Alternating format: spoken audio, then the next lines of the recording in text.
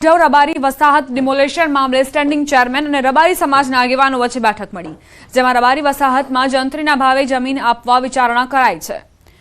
સમાજના આગેવાનો, ભાજપના શાસકો અને એએમસીના અધિકારીઓ વચ્ચેની બેઠક સુખદ રહી હતી. અસરગ્રસ્તોએ એકબીજાને મોઢું મીઠું કરાવી 1960થી રહેતા પ્લોટને વેચાણ આપવાની માંગને એએમસી મંજૂર રાખી છે. આગામી સમયમાં સ્ટેન્ડિંગમાં વિસ્તૃત ઠરાવ કરી સરકારમાં મોકલવામાં આવશે અને સરકાર નક્કી કરે એ પ્રમાણે નિર્ણય કરાશે. પરિણામે આવનાર સમયગાળા દરમિયાન આનો સુખદ અંત આવે એ માટે જે રજૂઆતો નેતા ત્યાંના આગેવાનો દ્વારા અમને રજૂઆત કરવામાં આવી છે. પરિણામે આવનાર સમયગાળા દરમિયાન ટૂંક સમયની અંદર અમે જંત્રી ભાવે અથવા તો સરકાર જે નક્કી કરે એ રીતે ઠરાવ કરીને રાજ્ય સરકારને મોકલી આપીશું. અમારી ચારે વસાહતો, અમરેવાડી રબારી વસાહત, જસોદાનગર રબારી વસાહત અને વડોર રબારી વસાહત, આ ત્રણે અમને વેચાણ આપવાનું માન્ય સ્ટેન્ડિંગ ચેરમેનશ્રીએ પણ અમને આશ્વાસન આપ્યું છે. અમદાવાદના થલતેજમાં મોડી રાત્રે ધીંગાણું, બે જૂથ વચ્ચે પાર્કિંગ બાબતે બબાલ થઈ. બોલાચાલી બાદ બે જૂથ વચ્ચે મારામારી. સમગ્ર મામલો બોડકદેવ પહોંચ્યો, પોલીસ સ્ટેશન પહોંચ્યો. થલતેજ ગામના મોટા ઠાકોરવાસ પાસેનો બનાવ. અશોક ઠાકોરના ઘર સામે રાહુલ ઠાકોરે ગાડી પાર્ક કરવા જતા બોલાચાલી થઈ હતી. લગ્ન પ્રસંગના કારણે કાર પાર્કની તકરારમાં રાહુલે અશોકને પાઇપ વડે હુમલો કર્યો. બોડકદેવ પોલીસે પ્રોહિબિશન અને મારામારી અંગે ગુનો નોંધી કાયદેસરની કાર્યવાહી હાથ ધરી છે. અમદાવાદમાં મોડી રાત્રે આ ધીંગાણું સર્જાયું. કાર પાર્ક કરવા જેવી નજીવી બાબતને લઈને આ બબાલ થઈ. કાર પાર્કિંગની બાબતે બે જૂથ સામસામે આવ્યા અને એકબીજા પર હુમલો કર્યો.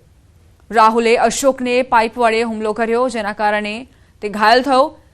ગાડી પાર્ક કરવા જતાં જ આ બોલાચાલી થઈ હતી અને ત્યારબાદ મામલાએ ઉગ્ર સ્વરૂપ ધારણ કર્યું. બોડકદેવ પોલીસ સ્ટેશન સુધી આ મામલો પહોંચ્યો. થલતેજ ગામના મોટા ઠાકોરવાસ પાસેનો બનાવ. અશોક ઠાકોરના ઘર સામે રાહુલ ઠાકોરે ગાડી પાર્ક કરવા જતાં જ બોલાચાલી થઈ હતી. લગ્ન પ્રસંગના કારણે કાર પાર્કની તકરાર થઈ. રાહુલે અશોકને પાઇપ વડે હુમલો કર્યો. બોડકદેવ પોલીસે પ્રોહિબિશન અને મારામારીને લઈને કાયદેસરની કાર્યવાહી હાથ ધરી છે. સંવાદદાતા મૌલિક જોડાઈ ગયા છે વધુ જાણકારી સાથે. મૌલિક, શું બનાવ બન્યો હતો? કેવા પ્રકારની કાર્યવાહી પોલીસની?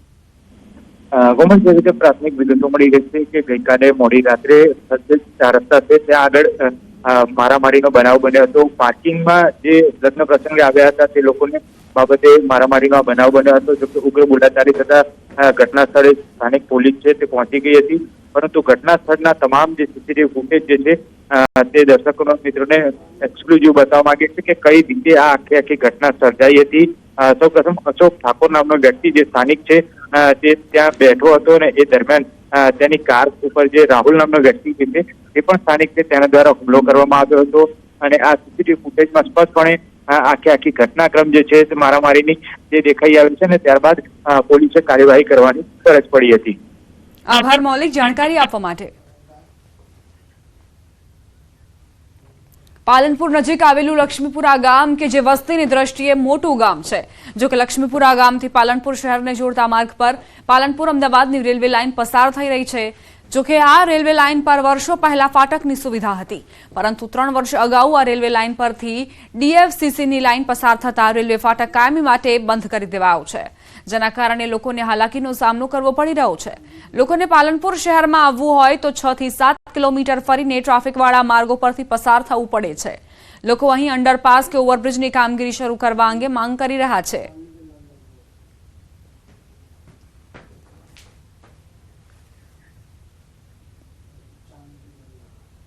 સુરેન્દ્રનગર માર્ગ મકાન વિભાગ દ્વારા સુરેન્દ્રનગર મૂડી સ્ટેટ હાઈવેની બંને તરફ પેવર બ્લોક નાખવાની કામગીરી કરાઈ રહી છે. અહીં પ્રજાના પૈસાનો વેડફાટ થતો સ્પષ્ટપણે જોવા મળી રહ્યું છે, કારણ કે આ સ્ટેટ હાઈવે પરથી કોઈ પણ રાહદારી પસાર થતા નથી, તો પણ અહીં પેવર બ્લોક બનાવી પ્રજાના લાખો રૂપિયાનો વેડફાટ કરાઈ રહ્યો છે. માર્ગ અને મકાન વિભાગની કામગીરી સામે પણ અનેક સવાલો ઉઠ્યા છે. છેવાડાના વિસ્તારોમાં આજે પણ પ્રાથમિક સુવિધાઓ નથી. નાગરિકો પ્રાથમિક સુવિધાઓથી વંચિત હોવાની ફરિયાદો વારંવાર કરતા હોય છે. બીજી તરફ તંત્ર દ્વારા અણઘડ આયોજન થકી પ્રજાના પૈસાનો વેડફાટ થઈ રહ્યો છે.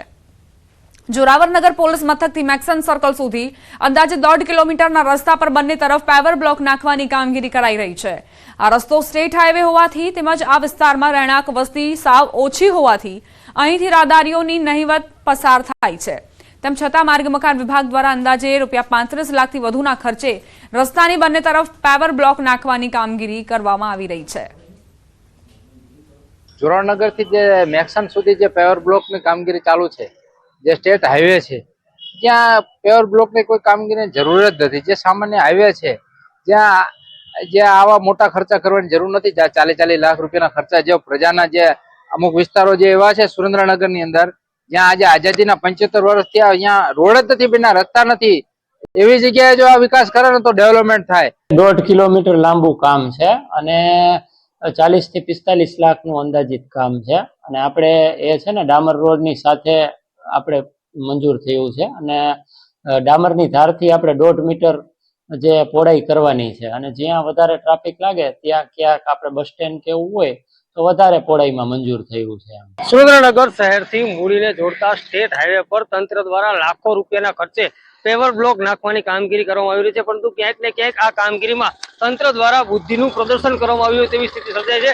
કારણ કે સુરેન્દ્રનગર શહેરથી મૂડીને જોડતા આ સ્ટેટ હાઈવે પર જે લાખો રૂપિયાના ખર્ચે પેવર બ્લોક નાખવામાં આવી રહ્યા છે, તે ખરેખર પેવર બ્લોક રાહદારીઓને ચાલવા માટે નાખવામાં આવતો છે, પરંતુ આ સ્ટેટ હાઈવે હોવાથી અહીંયા રાહદારીઓની અવર જવર સાવ નહિવત હોવા છતાં તંત્ર દ્વારા માત્ર અને માત્ર લાખો રૂપિયાનો ભ્રષ્ટાચાર કરવા માટે થઈને જ આ પેવર બ્લોક નાખવાની કામગીરી કરવામાં આવતી રહ્યું તેવું ક્યાંક ને ક્યાંક લોકોમાં ચર્ચાઈ રહ્યું છે. ત્યારે આ મામલે તંત્ર દ્વારા જો યોગ્ય તપાસ કરવામાં આવે તો મોટું કૌભાંડ બહાર આવે તેવી શક્યતા છે.